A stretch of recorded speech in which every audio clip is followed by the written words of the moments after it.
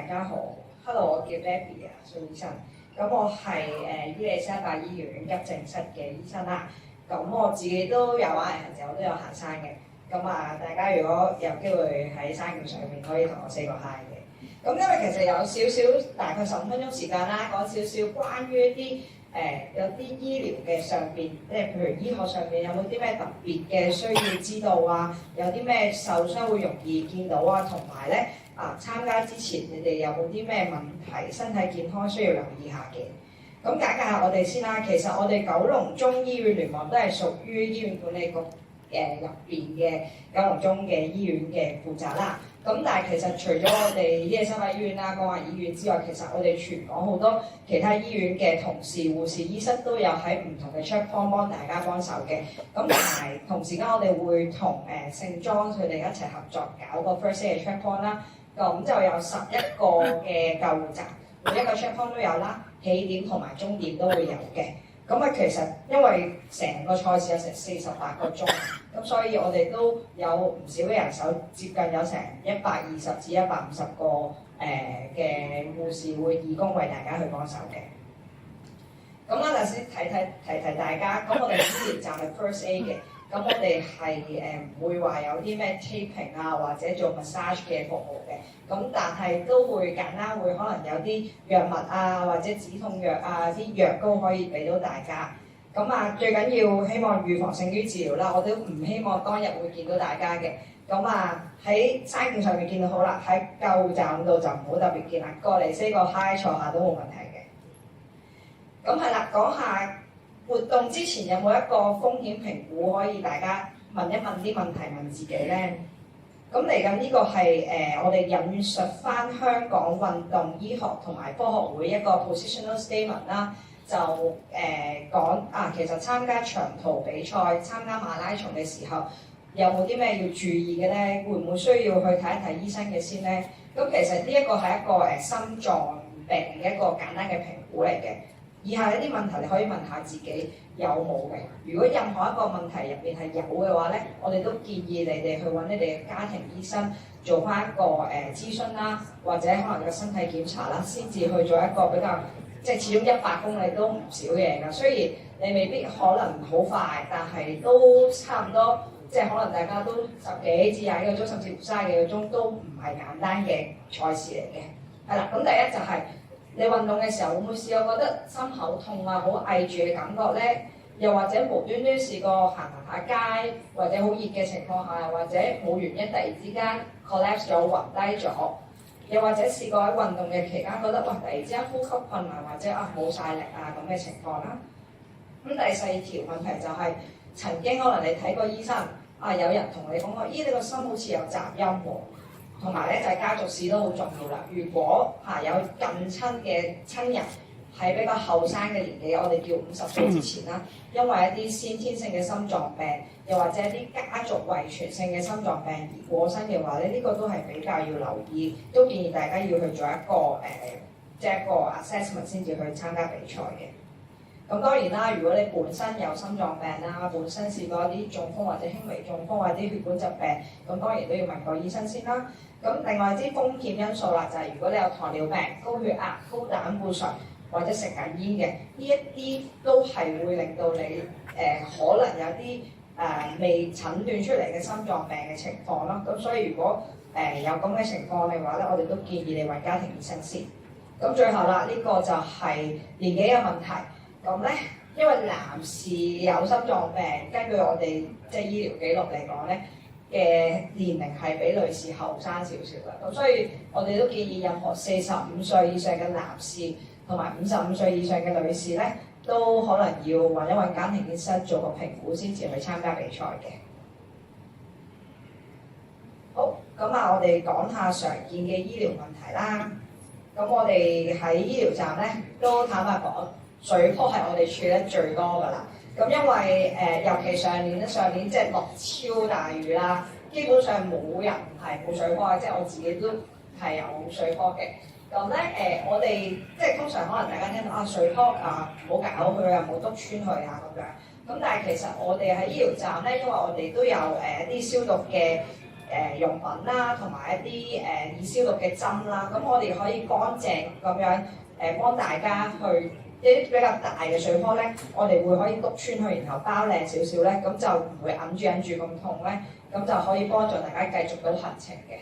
咁係啦，咁所以如果大家咁不幸有水泡嘅話咧，咁就可以嚟我哋醫療站，我哋有好多專業嘅護士啦或者醫生會幫大家去處理，包紮得靚仔仔嘅。係啦，咁較大嗰啲我哋就會篤咯，如果比較細嘅咁就唔特別多，可能就咁黐個膠布就算㗎啦。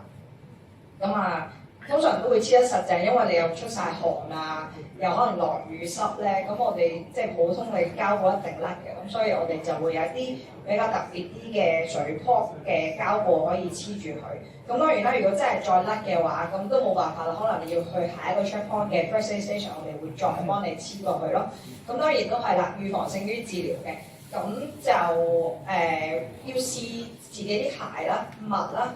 咁我個自己建議就有時着2對襪1對薄襪，再加對厚襪出邊都會有幫到手嘅。咁我知道陣間都有足疾嘅專科同事可以幫大家有啲意見嘅。係啦，咁另外咧，大家都成日有時 take 啲 Kinesis tape 啊，有時黐得太多都會有咁嘅少少水泡嘅。咁但係呢啲我哋都唔會特別話咩包紮，都係寫個簡單傷口就得㗎啦。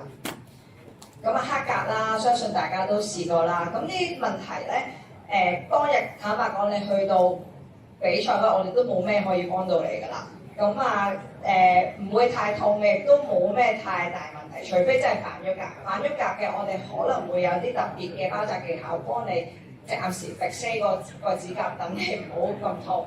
咁咧，但係如果你咁樣黑格咧，你預起碼個零2個月啦，先至慢慢會退翻㗎啦。其實都係一啲指甲下面有啲微絲血管爆咗，有啲瘀咗咁樣啦，咁就唔使太擔心嘅。膝頭哥痛啦，就係都因為始終行比較長距離啊，咁個 stress on 你個膝頭哥關節都大嘅。咁咧我哋會有唔同嘅止痛藥可以俾大家咧，亦都有啲藥膏啦，同埋可能有啲腳箍啊咁樣，或者幫大家包紮住去暫時止痛咯。咁當然都唔係話一了百了，即係唔會話神藥咁樣一食咗藥就好啲咁樣嘅。係啦，咁其實膝頭哥痛有好多嘅原因嘅，可以係就咁勞損腫起咗啦。咁但係比較常見喺毅行者或者跑山嘅情況咧 ，IT band 就比較常見嘅。通常都係可能本身個 training 唔夠啦，啲 hip 嘅 muscle 唔夠啦，或者側邊啲肌肉唔夠鬆啊，咁可能大家練習嘅時候都會遇見嘅，咁就要做多啲stretching 啦，或者可能 formula 去碌下去啦。咁落樓梯尤其辛苦嘅呢啲情況。係啦，咁如果真係每行一步都痛嘅，咁又腫晒嘅，咁我哋你可以嚟我哋 first aid station 度，我哋同你做個檢查啦，咁同埋做個 assessment 睇下係咪真係咁嚴重，需唔需要退出啦？咁實會攰㗎啦，係啦。咁呢一個年咧，唔好笑，因為其實每年都有嘅。我哋嘅醫療站係有床啦，有被，好多謝樂師會提供咁多嘅資源。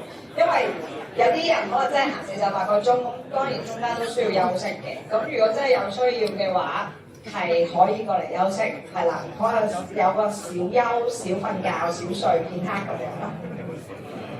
咁咧係啦，咁所以大家都要練下夜山嘅感覺，係啦，會有啲唔同，要練習下捱眼瞓嘅。咁過度疲勞其實同個天氣都好有影響啊，凍熱都會令到你會容易啲更加會攰咁樣嘅。咁所以就要適時補給。抽筋，咁抽筋都一定係好常見啦，我相信大家都試過㗎啦。咁咧其實抽筋咧記住停一停啦，要一定係拉翻即係 stretch 翻嗰一嚿 muscle， 等佢鬆翻先好繼續。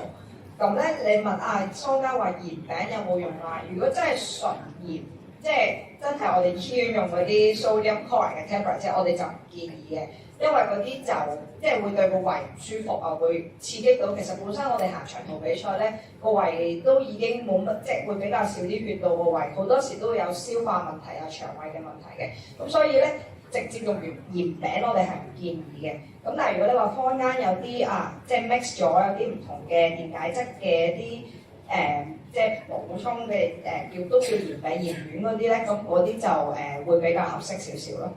咁所以咧又記住要適時補水啦。咁唔係淨係真係水咯，因為我哋流汗都有好多電解質嘅流失，係啦，補得太多水都會鹽低嘅。咁同埋如果開始知道啲作抽啦，作抽好緊啦，咁你都可以同隊友講：我停一停先，我想拉鬆翻我肌肉，揼一揼鬆佢先，咁都會舒緩到呢個情況嘅。咁暈低啦，希望大家唔會發生。係啦，不過如果天氣好熱咧，流失水量好多咧，都會有咁嘅情況嘅。咁啜水通常係喺毅行者，如果見到真係咁不幸見到人休克嘅話，係最常見嘅原因啦。咁通常可能幾分鐘就會慢慢醒翻。咁我哋都呢啲都係危急嘅情況嚟嘅。我哋醫護人員會盡快去同大家做個 assessment 啦。咁我哋即係如果真係咁不幸啜水，我哋係有吊鹽水嘅一啲 service 或者服務嘅。咁但係如果真係去到咁樣嘅情況咧，我諗我哋都唔建議參與佢哋再繼續㗎啦。係啦，咁去到終點或者如果太興奮中間大家想去 check on 飲酒，我哋都係唔建議嘅，因為酒精咧係會令到血管擴張，咁就本身可能已經好脱水㗎啦。咁你突然之間再飲酒好興奮，慶祝完成咗比賽，可以留翻喺你哋慶功宴先飲，因為咧都試過真係人沖完終點飲完酒之後，哇就好暈啊，甚至乎昏迷都試過嘅。係啦，咁記住大家千祈唔好啦。咁熱同凍嘅問題都出現過嘅。